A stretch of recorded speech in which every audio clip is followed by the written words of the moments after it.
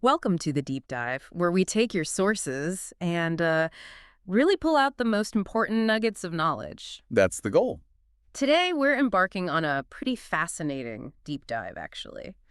It's into a surprising perspective on wealth, not just how you earn it, but maybe more about how you think it. Hmm. Our mission today is to unpack this, well, kind of radical idea that financial abundance might be more about our inner world, what we truly believe, than our external circumstances. Yeah, it's definitely going to challenge some assumptions. Get ready for that. What's really interesting here is how the material we're looking at completely reframes wealth.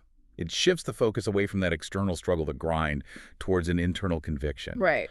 So we're going to explore what it means to genuinely believe in abundance, like really feel it, and how that belief, cultivated inside, can actually manifest in your life. Okay, let's unpack this then. The very first premise the material lays out is pretty bold. It is. It says essentially, if you're having financial difficulties, it means you haven't convinced your subconscious mind that you'll always have plenty, and even some to spare. Which just flies in the face of that whole sweat of your brow, hard labor idea, doesn't it? Totally. It almost sounds, well, too simple. It does, but that seems to be exactly the point the source is making. It states very clearly that wealth is of the mind. Of the mind. Yeah, and it's simply a subconscious conviction on the part of the individual. Mhm. And what really stands out is this emphasis on successful people who work like a few hours a week and make fabulous sums of money, Right. precisely because they don't strive or slave hard. That immediately challenges how we think about effort and reward. Yeah, and then they give this example, which really brings it home for me.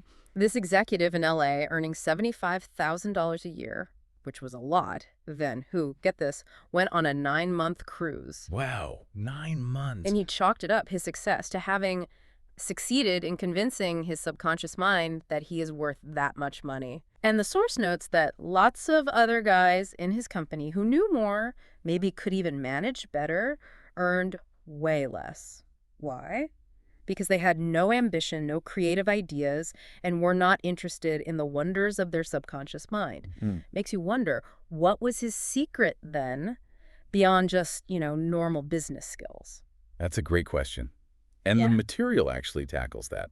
Like, if wealth is this subconscious thing, why do so many people struggle? Yeah, exactly. And the source suggests it's because they do not know how to tap the subconscious mind. They're just unacquainted with the inexhaustible storehouse within. Like an untapped resource. Exactly. It argues there's this stark difference between a poverty-type mind finding itself in poverty-stricken conditions versus a mind filled with ideas of wealth being surrounded with everything it needs. So it really pushes us to look inward. Yeah, for the root cause. Okay, so if just standing there saying, I'm a millionaire isn't the answer, and let's be honest, for many of us, that hasn't worked, then how do you actually grow into a wealth consciousness? What's the practical step? What do you do? Well, the method they give, according to the source, is surprisingly specific. Okay. Repeat for about 5 minutes to yourself 3 or 4 times a day. Wealth success. Just those 2 words. Wealth success. Huh. Yeah. And the key isn't just mindlessly repeating it. It says these words have tremendous power because they represent the inner power of the subconscious mind. Okay. So you're dwelling on real powers within you. And the crucial part is the feeling of wealth will well up within you as you dwell on the idea of wealth. It's about creating an inner feeling. Ah, so it's not just the words, it's that feeling part that's the connection. Is that right? Yeah, it seems to be the core of it. The source really hammers this home. The feeling of wealth produces wealth. Keep this in mind at all times. Wow, okay. And even using this analogy, like your subconscious mind is a bank, a sort of universal financial institution. A bank, right. And it magnifies whatever you deposit or impress upon it, whether that's wealth or poverty. So the advice is just crystal clear. Choose wealth. It's like we're making these mental deposits every day, aren't we? Whether we realize it or not. Pretty much, yeah. That's the idea. Now, I know a lot of listeners, maybe myself included sometimes, have tried affirmations like, I am prosperous, and just felt nothing. Or worse, felt like a liar. That inner cynic. Yeah. And our source actually talks about this directly, why your affirmations for wealth fail. And that inner conflict you just described, Yep. that's exactly the reason they point to. Yeah. If you say, I am prosperous, but you feel inside, like, yeah, right. Uh-huh. The subconscious mind rejects it. And here's the kicker. The opposite of what you affirmed was made manifest. Oh, wow. So it backfires. It seems so.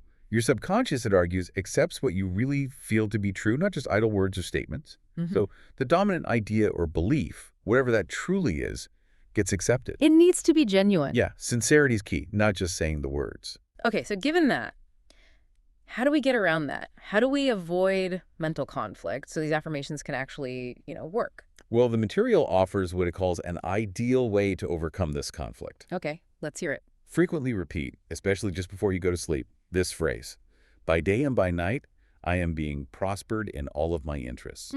By day and by night, I am being prospered. Okay, why that specific phrasing? It works, the source explains, because this affirmation will not arouse any argument. It doesn't directly contradict your subconscious mind's current impression of, say, financial lack. Ah, I see. It's not saying I am rich if you feel broke. It's saying I am being prospered. It's a process. Exactly. It's gentler. It gives the example of a businessman whose sales were down. He started repeating, my sales are improving every day, Okay. and results followed, because that statement engaged the cooperation of the conscious and subconscious mind. It felt plausible, maybe. It wasn't this huge, unbelievable leap. That makes sense. It's meeting your mind where it is, kind of. Yeah, a sort of gentle persuasion.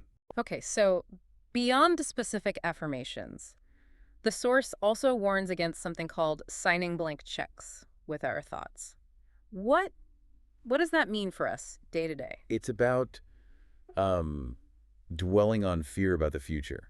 Yeah. Or making these big negative pronouncements like, oh, there's just not enough to go around, or, there's a shortage, that kind of thinking. Right. The scarcity mindset. Exactly. And the source says the subconscious mind takes these thoughts as your request, Oh, like an order. sort of. And it proceeds in its own way to bring obstacles, delays, lack, and limitation into your life. You're basically giving it instructions for scarcity. Wow. That reminds me of like compound interest. But for our thoughts, every little negative one adds up. That's a great way to put it. The source uses a really similar idea. It says, to him that hath the feeling of wealth, more wealth shall be added. To him that hath the feeling of lack, more lack shall be added. There it is again, the feeling. It's all about what you deposit in that subconscious bank every day. So the advice is, deposit thoughts of prosperity, success, wealth, and peace first thing in the morning. Oh. And then busy your mind with them as often as possible so they can, bring forth abundance and prosperity. Okay, but I can already hear some people listening thinking, look, I did that. I tried thinking positively for a week, maybe two, and nothing happened. I'm still stuck. What's the explanation for that? Yeah, that's a common frustration. And the material addresses it head on. It says results don't come if you do the positive affirmation, but then maybe 10 minutes later, you indulge in fear thoughts and basically neutralize the good you had affirmed. Ah, so you cancel it out. Pretty much. He uses this great analogy. It's like planting a seed. You don't plant it and then immediately dig it up to see if it's growing. You let it take root and grow. Right. Patience and consistency. Exactly. So if you catch yourself starting to think or say something negative like, oh man, I am not going to be able to make that payment, the advice is to literally stop the sentence. Just stop mid-thought. Yeah. And deliberately dwell on a constructive statement, like that one we mentioned. By day and by night, I am prospered in all my ways. It's about consciously redirecting. Consistent cultivation. Okay. Now, the source also points to some maybe surprising common stumbling blocks to wealth.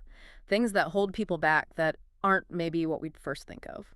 Yes, and this one is quite profound, actually. It highlights how people who are, trying to make ends meet often find themselves constantly condemning those who have succeeded in life. Oh, so? Saying things like, oh, that guy, he's got a racket, or he must be ruthless, or he's a crook, that kind of talk. Yeah, I've heard that. I've maybe even thought it. Right. And the source says this is why they lack, because they are condemning the thing they desire and want. Whoa. You're pushing away what you want by criticizing it in others. That's the idea. It says the quickest way to lose wealth or prevent it from coming is to criticize and condemn others who have more wealth than you. It's like an energetic mismatch. Okay, that's a big one.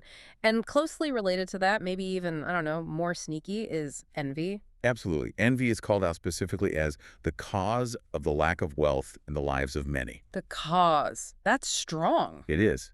So if you see a competitor doing really well, making large sums, and you feel that pang of envy, the source warns that to entertain envious thoughts is devastating. Devastating. Why? Because it places you in a very negative position, Therefore, wealth flows from you instead of to you. It's like you're building this mental wall against abundance. Okay, so condemnation, envy, these are major roadblocks. What's the antidote then? How do we deal with that negative energy when it pops up? Because it does. It does. And the advice is quite direct.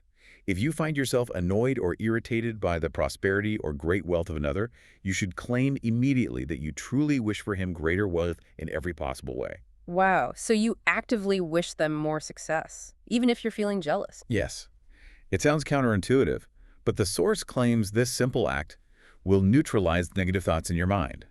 And, get this, it will cause an ever greater measure of wealth to flow to you by the law of your own subconscious mind. So blessing others brings blessings back. That's the principle. It concludes that the ultimate mental block is always in your own mind, and you could destroy it by getting on mental good terms with everyone. It's a radical shift in perspective. It really is. Wow. Okay, this deep dive has given us so much to think about, so many actionable things, really challenging how we look at wealth. But there's one more simple, almost, magical technique the source suggests trying, tonight even. Yes, it's a very simple, powerful practice. As you're getting ready to sleep, drifting off, repeat the word wealth, quietly, easily, and feelingly. Just that one word. Wealth. Feelingly. There's that feeling again. Exactly. Do this over and over again, just like a lullaby. Lull yourself to sleep with the one word, wealth. Just wealth, wealth, wealth. Yeah. And the source makes a bold promise. You should be amazed at the result. Wealth should flow to you in avalanches of abundance. It calls this another example of the magic power of your subconscious mind. Avalanches of abundance. Okay, well, that sounds worth trying. Doesn't hurt, right? What an incredible deep dive this has been, really exploring the power of the subconscious mind to attract wealth. We've learned that, well, maybe financial abundance isn't just about the external grind, but this deep internal conviction. A belief system. Yeah. We explored how to build that conviction, why just saying affirmations might not work if you don't feel it, and how to neutralize those negative thoughts that can trip us up. And that crucial piece about overcoming envy and condemnation, not judging others' success. Absolutely. And if we kind of zoom out, connect this to the bigger picture, the source really emphasizes that your subconscious mind is never short of ideas.